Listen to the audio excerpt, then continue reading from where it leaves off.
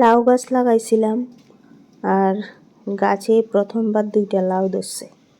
দেখে কি ভাল লাগতেছে, কি আনন্দ লাগতেছে। এর আগে অনেকবার লাগাইছি কিন্তু লাউ ধরছে না, এবার 2টা লাউ ধরছে। যাই হোক, আমি লাউডি একটা কাইটা নিমু, রান্না করুম একটা মাছের মাথা দিয়া। বাইরের গাছের লাউ খুব ভালো লাগতেছে। আমার লাউটা আমি কাইটা লাইছি,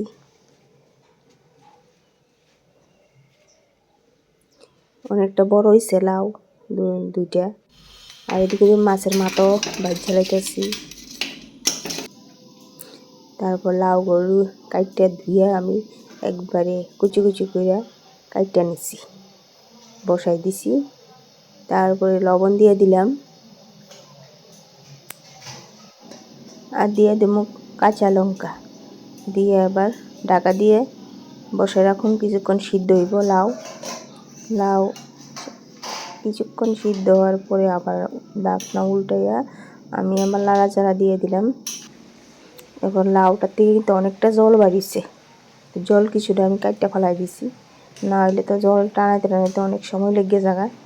যেই কারণে এবার দিয়ে দিলাম হলুদের গুঁড়া আর দিয়ে দিতেছি ভেজে রাখা মাছের মাথা। লাউ কিন্তু সিদ্ধ হয়ে গেছে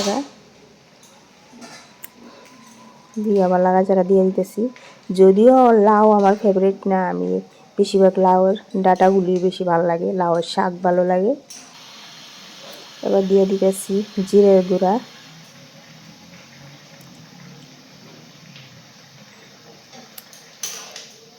লাউটা একবারে নরম, একবারে তো নরম মানে গলে গেছে লাউটা।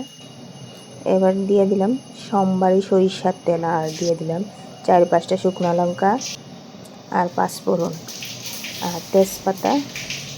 আর আমার এই সাজা কড়াইটা বেগুনি ভাজা কালো হয়ে গেছে, মাজনের সময় পাইতেছি না। লাউ সোমবার দিয়ে দিলাম, রুই মাছের মাথা দিয়ে, মাথাটা অনেকটা বড়, রুই মাছের মাথা দিয়ে আমি লাউর ঘন্ট করলাম।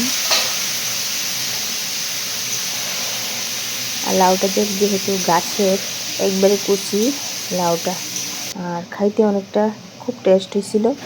আর সবশেষে আবার ধনিয়া পাতা দিয়ে দিলাম।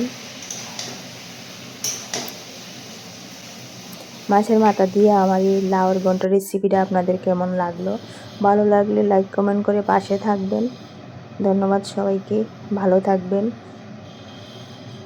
আর দেখুন তরকারিটার কালারটা কত সুন্দর হয়েছে।